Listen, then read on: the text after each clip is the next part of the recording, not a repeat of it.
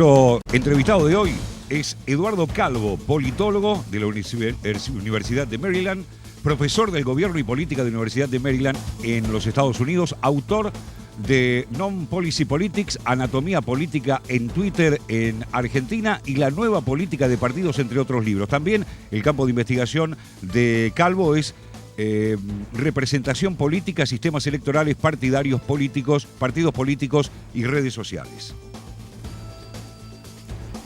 Y a él tenemos ya en pantalla y en contacto por Zoom. Ernesto, ¿cómo te va? Bienvenido.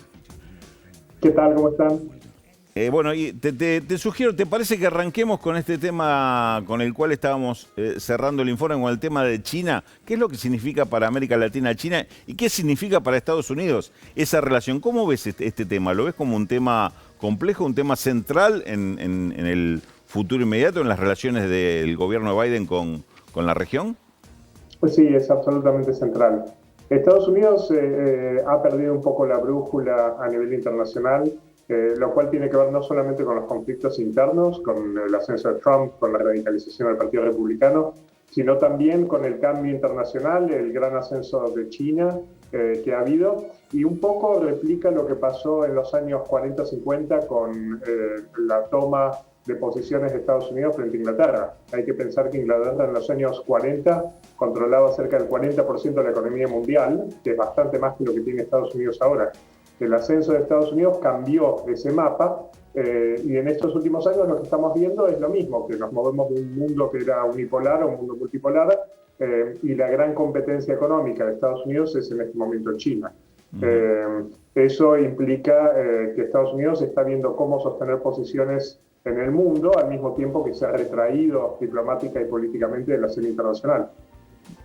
Uno recuerda que inclusive allá creo que fue por el año 2016, si no estoy equivocado, hubo una presentación del titular de la quinta flota de Estados Unidos ante el Congreso, el almirante, ahora Tit creo que era el apellido, que él mismo marcaba que el conflicto principal, el conflicto central que iba a tener Estados Unidos en la región era el peligro de la intervención china y que en esto se iba a trabajar mucho en las relaciones con América Latina. Es decir, era un tema que estaba muy presente y tuvo mucho que ver durante el gobierno de Trump con la relación que hubo con algunos de los sectores internos de cada uno de nuestros países, que fundamentalmente Brasil, Argentina. ¿Ves en el gobierno actual de Estados Unidos la posibilidad, esa intención de injerencia que podría venir de la mano de estos intereses?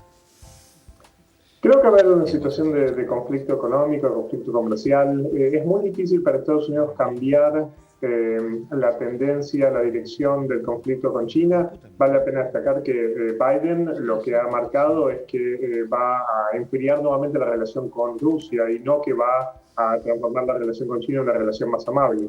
El motivo es que más allá de América Latina hay que pensar que China está compitiendo con Estados Unidos con el 5G, telefonía celular, está penetrando no solamente en América Latina, sino también comercial y económicamente en África, en el sudeste asiático, donde ya tiene un pie muy importante, y en Europa. Entonces, Estados Unidos lo que está enfrentando es un problema de competencia geoeconómica más que geopolítica, y el conflicto político-militar es en realidad una forma de calibrar, de negociar lo que es en este momento principalmente un problema comercial. Otro plano de la relación, lo decíamos en el informe, tiene que ver también con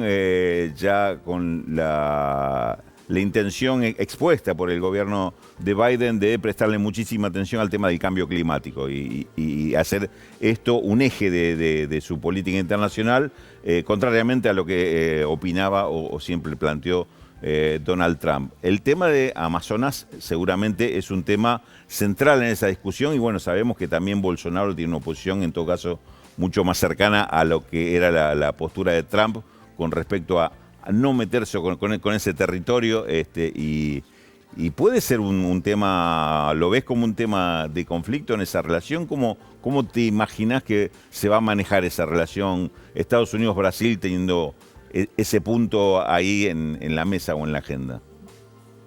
Sí, es una situación conflictiva. Igual hay que pensar que en eso Brasil está en conflicto con todas las potencias.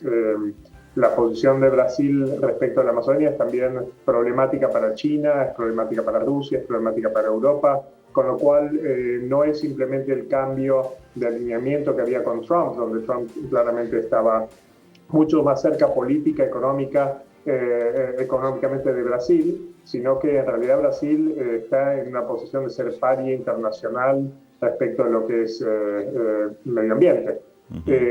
La relación con Estados Unidos va a ser conflictiva, pero justamente es una de las áreas en las cuales va a haber mucho más consenso internacional, en la cual Estados Unidos puede participar con aliados como Europa o incluso China, que tienen también intereses globales que son similares. Así que en eso lo que ha sucedido no es tanto un cambio de posición de Estados Unidos que va a entrar en conflicto con Brasil, sino un aislamiento progresivo de Brasil sobre un tema en el cual no coincide con ninguno de los países, ni siquiera con los países de la región. Claramente es así como lo estás planteando. Te llevo a otra cuestión sectorial también, pero que ahí me parece que hay varias aristas para incorporar, que es el tema de la minería. Hay dos países de la región con una altísima dependencia en la minería, como son Perú y Chile, que están en procesos políticos que van de reformas. Uno, Perú, que cambia de gobierno con elecciones el 11 de abril. El mismo día, Chile vota por una reforma constitucional, en el cual el tema de la minería pareciera ser que es uno de los puntos que va a ser centrales en los planteos reformistas de la Constitución. ¿Cuál va a ser el manejo y cuál va a ser la presencia del Estado con respecto a esa minería? Decía también, antes de saludarte e iniciar la charla con vos, que me parece que el litio es otra cuestión central e importante que va a marcar las relaciones internacionales de la región por la importancia que tiene este mineral tan estratégico en la zona que comparten Bolivia, Chile y también Argentina. ¿Qué perspectivas vos ves al tema de la minería en cuanto a las relaciones internacionales o regionales entre Estados Unidos y América Latina? Para Estados Unidos, a diferencia de lo que es petróleo, energía, los vínculos comerciales también con Europa, con China, con Rusia, el tema minero no es un tema central. De hecho, tiene mayor importancia en la relación con China que con Estados Unidos.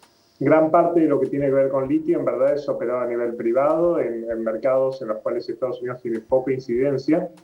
Sí, las grandes empresas tecnológicas de Estados Unidos, pero también las de todo el mundo, comercian el litio en el orden internacional. Pero no hay un intento de administrar lo que es la minería a nivel internacional, como se ocurre, por ejemplo, con los precios del petróleo, que tiene todo lo que es energía, un impacto inmediato en el nivel agregado, el nivel de vida, la calidad de vida que tienen los ciudadanos de los distintos países del mundo.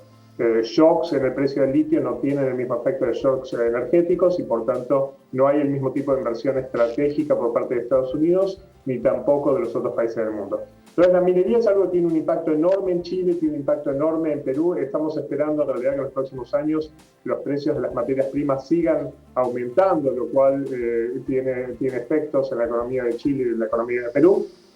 Pero desde el punto de vista geopolítico tiene menos efectos globales y no hay una competencia global que es equivalente a la competencia energética.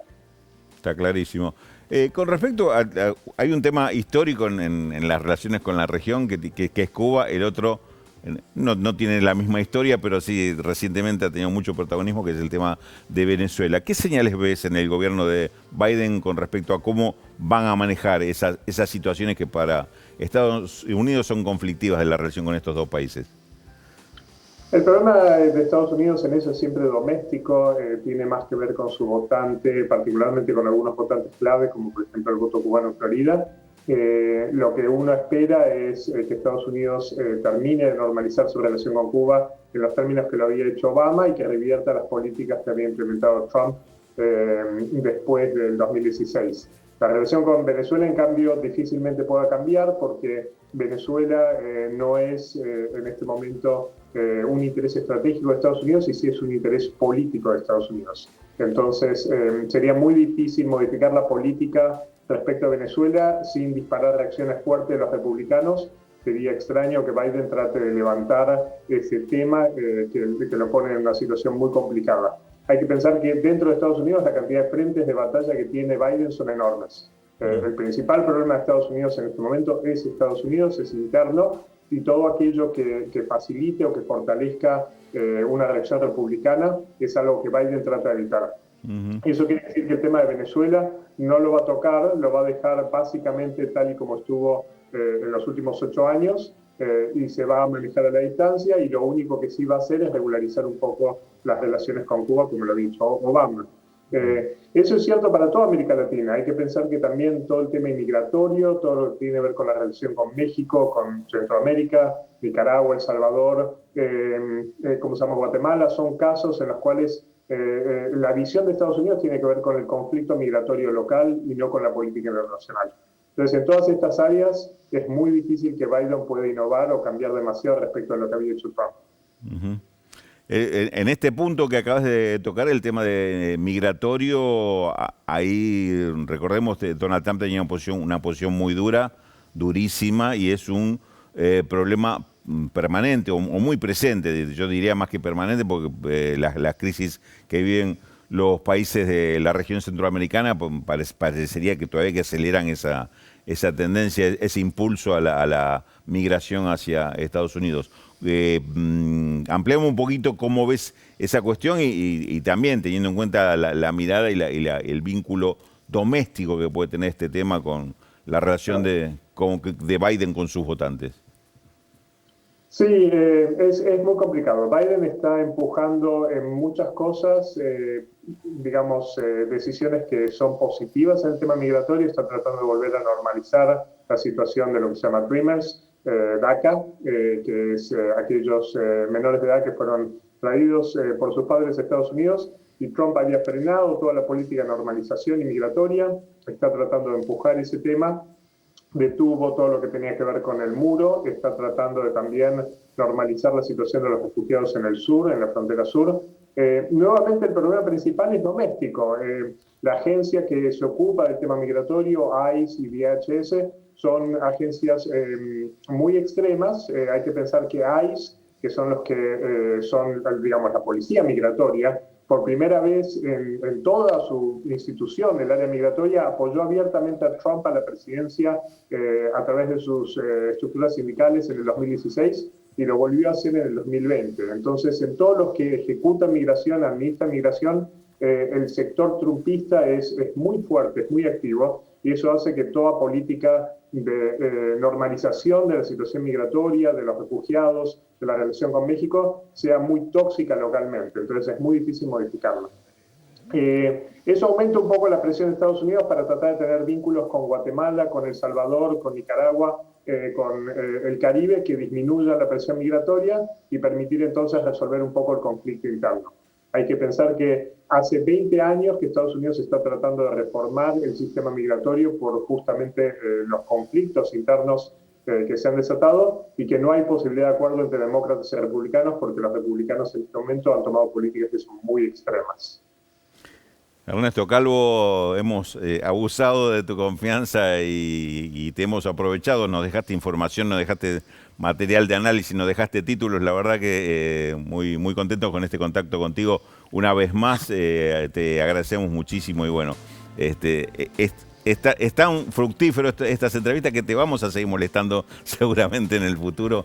Así que te agradezco muchísimo tu participación, tu colaboración, tu acompañamiento de hoy, que estoy solo acá en el estudio, por lo menos frente a las cámaras, para aportar todo tu conocimiento a un tema importante. Gracias por la invitación. Bueno, un abrazo grande. Chao. Ernesto Calvo, desde la Universidad de Maryland, pasaba con nosotros en este